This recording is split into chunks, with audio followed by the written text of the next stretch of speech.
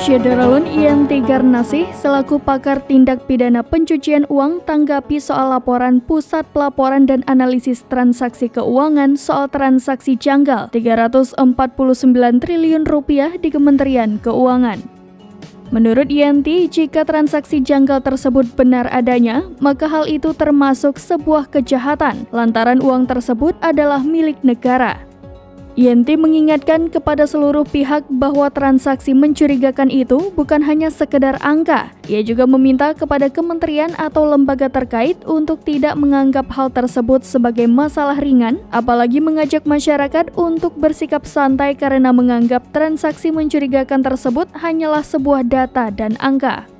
Direktur Penyidikan KPK, Asep Guntur Rahayu mengatakan KPK akan berkoordinasi dengan PPATK untuk mencari tahu lebih lengkap mengenai data transaksi mencurigakan 349 triliun rupiah itu. Asep memastikan apabila dalam transaksi mencurigakan yang mencapai triliunan rupiah itu ditemukan adanya tindak pidana korupsi, maka KPK akan menindaklanjutinya.